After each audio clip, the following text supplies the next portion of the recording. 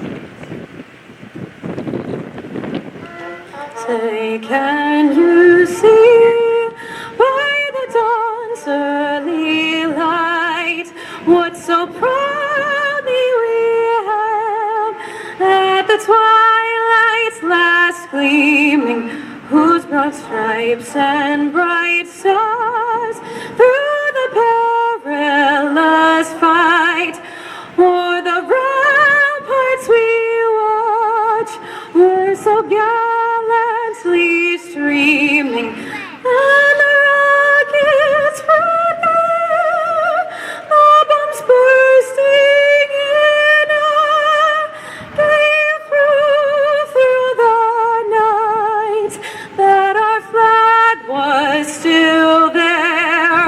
Oh, say does that Star-Spangled Banner yet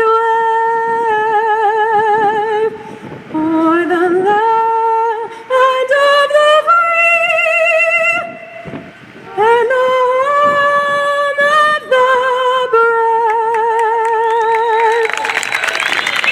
And a round of applause for the 78th Army Band and Anthem Singer Specialist Holly Coaches.